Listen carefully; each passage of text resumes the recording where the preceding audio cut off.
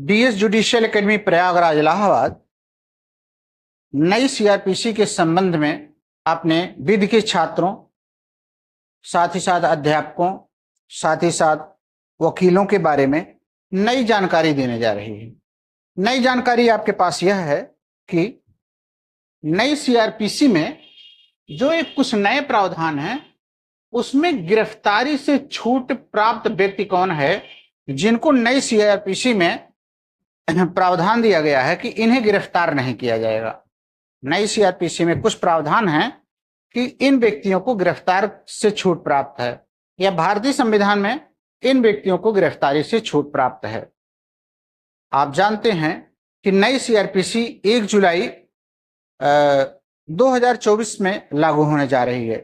तो गिरफ्तार अगर किसी व्यक्ति को किया जाएगा तो वह क्या छूट प्राप्त है कि नहीं, क्योंकि पुलिस को यह अधिकार दिया गया है कि धारा 35 यानी इस एक्ट की धारा 35 में जो ओल्ड एक्ट की धारा 41 थी, बिना वारंट गिरफ्तार कर सकती है। इस एक्ट में बिना वारंट गिरफ्तार कर सकती है, किसी भी व्यक्ति को गिरफ्तार कर सकती है। इसके अलावा पुलिस किसी व्यक्ति को नाम और निवास स्थान पूछने के लिए 39 में किसी को गिरफ्तार कर सकती है। तो किसी व्यक्ति को बिना वारंट संदेह के आधार पर गिरफ्तार कर सकती है। इस एक्ट के 35 में जो 41 में था, नाम निवास स्थान के लिए 42 में अरेस्ट कर सकती है, जो वर्तमान में 39 है। अब जब ऐसे व्यक्तियों को गिरफ्तार किया जाएगा तो तमाम ऐसे व्यक्ति हैं जो गिरफ्तारी से अपने छूट का दावा करेंगे, उनको गिरफ्तार नहीं किया जाएगा। अब सवाल है किन व्यक्तियों को ऐसी गिरफ्तारी से छूट प्राप्त है।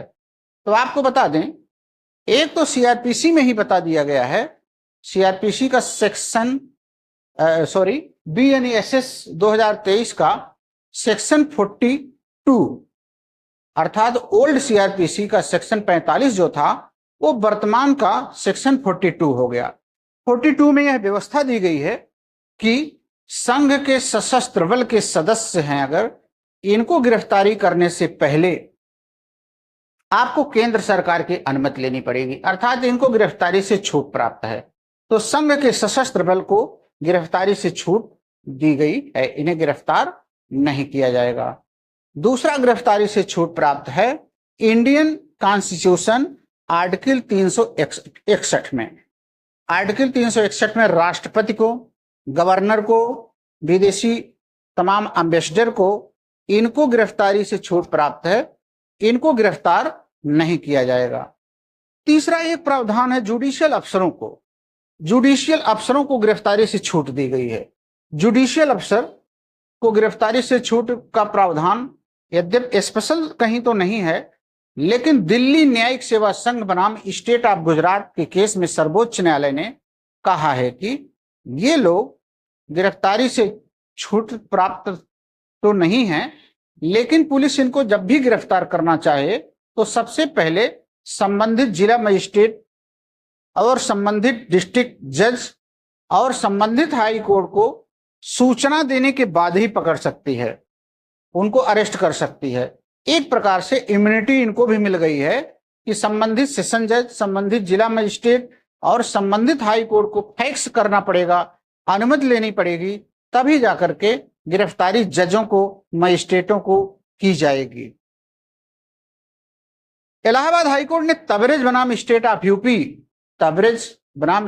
यूपी की उसमें खुद कहा है कि जो गाइडलाइन दिल्ली न्यायिक सेवा संघ की है, उस गाइडलाइन का पालन करके गिरफ्तारी की जानी चाहिए। अगर पालन नहीं किया गया है तो पुलिस वाले दंड के भागी हो सकते हैं। तो गिरफ्तारी के बारे में आपने देखा कि गिरफ्तारी से छूट किन व्यक्तियों को दी गई है। अब एक दूसरा बड़ा इंपॉर्टेंट पॉइंट है कि गिरफ्तारी अगर किसी की ही जाती है तो क्या उनको हथकड़ी लगाई जाएगी, जबकि ओल्ड सीआरपीसी में केवल इतना लिखा था सेक्शन 46 में ओल्ड सीआरपीसी में कि गिरफ्तारी छू कर की जाएगी। अब छू कर की जाएगी में क्या हैंडकफ का प्रयोग होगा कि नहीं होगा, हर व्यक्ति को हथकड़ी लगाई जाएगी कि नहीं लगाई जाएगी। तो ओल्ड सीआरपीसी जो 1973 की है उसमें सेक्शन कोई ऐसा स्पेसिफिक नहीं है जहां हथकड़ी लगाने का प्रावधान है। चूंकि हथकड़ी की व्यवस्था अंग्रेजों की थी, अंग्रेज हथकड़ी लगाते थे, इसलिए हथकड़ी को एक तरीके से सुप्रीम कोर्ट ने मना किया है, लेकिन कुछ सीमा के अधीन। सुप्रीम कोर्ट ने प्रेम शंकर शुक्ला बनाम Delhi administration 1978 supreme court case में कहा कि केवल उन्हीं मुकदमों में हथकड़ी लगाई जानी चाहिए सिद्ध दोष अपराधी या गिरफ्तार करने वाले व्यक्तियों को जहां पर उन्हें अभिरक्षा से भागने का खतरा हो। एक बार फिर से समझ लीजिए, only circumstances which validate handcuffing in when there no other way of preventing the escape of the convict and arrestee. जिसको हमें गिरफ्तार करना है, जिन्हें हमें न्यायालय के समक्ष कन्विक्ट व्यक्ति है उनको कभी लाना पड़े, उनको हथकड़ी तभी लगाई जाएगी जब उनको बिना हथकड़ी के सुरक्षा व्यवस्था नहीं की जा सकती है। यानी सामान्य दशा में हथकड़ी को प्रेम शंकर शुक्ला बनाम दिल्ली एडमिनिस्ट्रेशन में रोक दिया गया है। अब सवाल यह है कि जो गाइडलाइन उन्होंने प्रेम शंकर शुक्ला में दिया, जब नई सीआरपीसी बनने लगी 2023 की, तो हैंडकफ के बारे में अलग से व्यवस्था सेक्शन 43 में की गई। सेक्शन 43 न्यू सीआरपीसी के तीसरे क्लाज में यह व्यवस्था दी गई कि गिरफ्तार करते समय किसी भी व्यक्ति को हथकड़ी क्या लगाई जा सकती है कि नहीं। तो नई सीआरपीसी में कुछ व्यवस्थाएं दी गई हैं। गिरफ्तारी करते समय या न्यायालय में किसी व्यक्ति को लाते समय दो कंडीशंस हैं। गिरफ्तारी करते समय और अभियुक्त को न्यायालय में लाते समय, दोनों दशाओं में हथकड़ी का प्रयोग किया तो जा सकता है, लेकिन कंडीशन उसकी निम्नलिखित है। पहली कंडीशन है, क्या अगर वह हैबिचुअल ऑफेंडर है, आदतन अपराधी है, रिपीट ऑफेंडर है, तो उसको हथकड़ी लगाई जा सकती है। अगर अभिरक्षा से निकल करके भागा हुआ है कस्टडी से, तब उसको हथकड़ी लगाई जा सकती है। ऑर्गेनाइज्ड ऑफेंस किया है, संगठित अपराध अगर किया हुआ है, तो हथकड़ी के अधीन वह आ जाएगा। अगर वह आर्म्स एंड इम्यूनिटीज यानी आयुध एवं गोला बारूद का अपराध किया है, तो फिर हथकड़ी लगाई जा सकती है। उसने मर्डर किया हो, उसने रेप किया हो, तब उस पर हथकड़ी का प्रयोग किया जाएगा।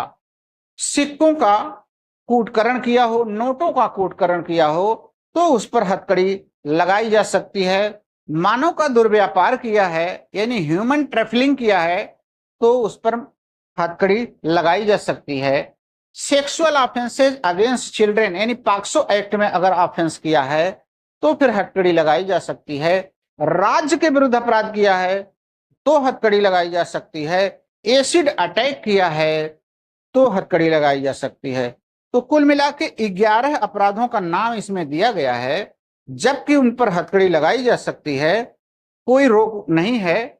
अगर ऐसी आशंका है कि हथकड़ी लगाने से ही काम बनेगा, तो फिर हथकड़ी लगाई जा सकती है।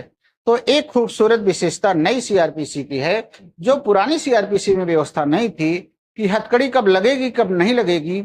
नई सीआरपीसी में स्पष्ट कर दिया गया है कि धारा 43 क्लास 3 में दिए गए 11 अपराधों की दशा में अभियुक्त पर हथकड़ी का प्रयोग किया जाना प्रोसीजर एस्टेब्लिश बाय लॉ है, अतः यह आर्टिकल 21 का उल्लंघन नहीं है।